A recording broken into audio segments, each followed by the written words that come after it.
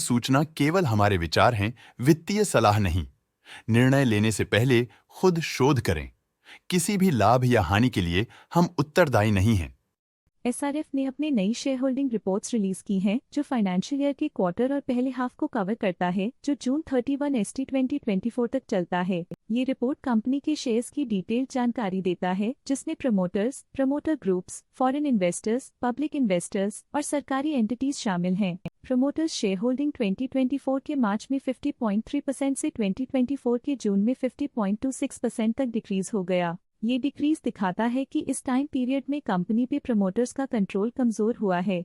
Public health shares का percentage 2024 के मार्च में 14.65% से 2024 के जून में 14.43% तक डिक्रीज हो गया। इस डिक्रीज से साफ है कि इस टाइम पीरियड में कंपनी में पब्लिक का हिस्सा डिक्रीज हुआ है। दीज डोमेस्टिक इंस्टीट्यूशनल इन्वेस्टर्स ने अपना शेयर होल्डिंग मार्च 2024 में 15.97% से जून 2024 में 16.56% तक इंक्रीज किया। ये बताता है कि डोमेस्टिक इंस्टीट्यूशंस ने कंपनी में अपना इंटरेस्ट 0.59% तक इंक्रीज किया है।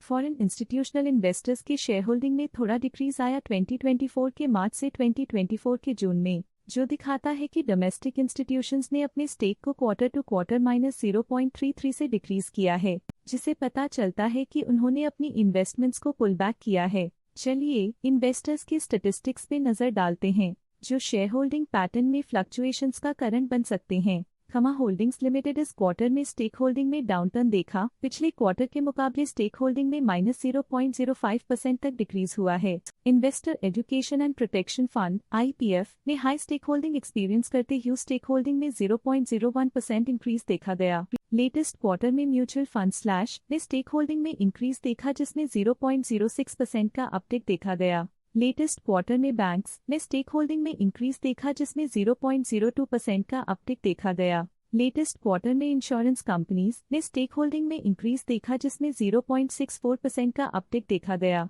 Provident fund slash pension funds ने अपने हिस्से को पिछले क्वार्टर में 1.07% से डिक्रीज करके 0.95% पे ले आए हैं। ये कंसेक्यूटिव क्वार्टर्स में -0.12% स्टेक्स डिफरेंस दिखाता है। मेरे asset ELSS tax saver fund current quarter में 1.53% शेयर्स के साथ कंपनी में एंटर किया, जबकि प्रीवियस क्वार्टर में उनके पास 0% shares the Kotak Mahindra trustee CO limited AC Kotak Nifty next current quarter में 3.53% शेयर्स के साथ कंपनी में एंटर किया, जबकि प्रीवियस क्वार्टर में उनके पास 0% shares the life insurance corporation of India ULIP 00420091 current quarter में 3.4% शेयर्स के साथ कंपनी में एंटर किया, जबकि प्रीवियस क्वार्टर में उनके पास 0% शेयर्स द मेरे asset Nifty next 50 ETF fund previous quarter में 1% शेयर्स ओन करते थे, लेकिन करंट क्वार्टर में उन्होंने कंपनी से एग्जिट ले लिया है। Kotak equity opportunities fund previous quarter में 3% शेयर्स ओन करते थे, लेकिन करंट क्वार्टर में उन्होंने कंपनी से एग्जिट ले लिया है। LIC ULIP growth fund previous quarter में 3% शेयर्स ओन करते थे, लेकिन करंट क्वार्टर में उन्होंने कंपनी से एग्जिट ले लिया है। NPS trust ACICI prudential pension fund scheme previous quarter में 1% शेयर्स ओन करते थे, लेकिन करंट क्वार्टर में उन्होंने कंपनी से एग्जिट ले लिया है। Stake holding foreign portfolio investors category I के लिए पिछले क्वार्टर के मुकाबले में -0.34% से डिक्रीज हो गई। Stake holding Amansa holdings private limited के लिए पिछले क्वार्टर के मुकाबले में -0.02% से डिक्रीज हो गई। इस पिछले क्वार्टर में गवर्नमेंट पेंशन फंड ग्लोबल की स्टेक होल्डिंग में एक नोटवर्दी इंक्रीज देखा गया। उनके स्टेक होल्डिंग में 0.15% का सिग्निफिकेंट इंक्रीज देखा गया। इस पिछले क्वार्टर में फॉरेन पोर्टफोलियो इन्वेस्टर्स कैटेगरी 2 की स्टेक होल्डिंग में एक नोटवर्दी इंक्रीज देखा गया। उनकी स्टेक होल्डिंग में 0.01% का सिग्निफिकेंट इंक्रीज देखा गया। ये था कंपनी का करंट शेयर होल्डिंग पैटर्न। देखने के लिए धन्यवाद। स्टॉक लेटेस्ट न्यूज अपडेट के लिए चैनल को सब्सक्राइब करें और वीडियो को लाइक एंड शेयर करें।